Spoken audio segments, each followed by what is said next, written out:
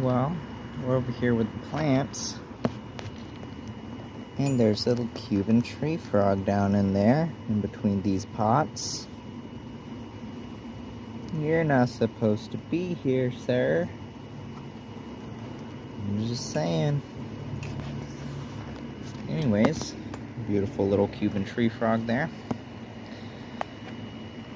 So, yeah.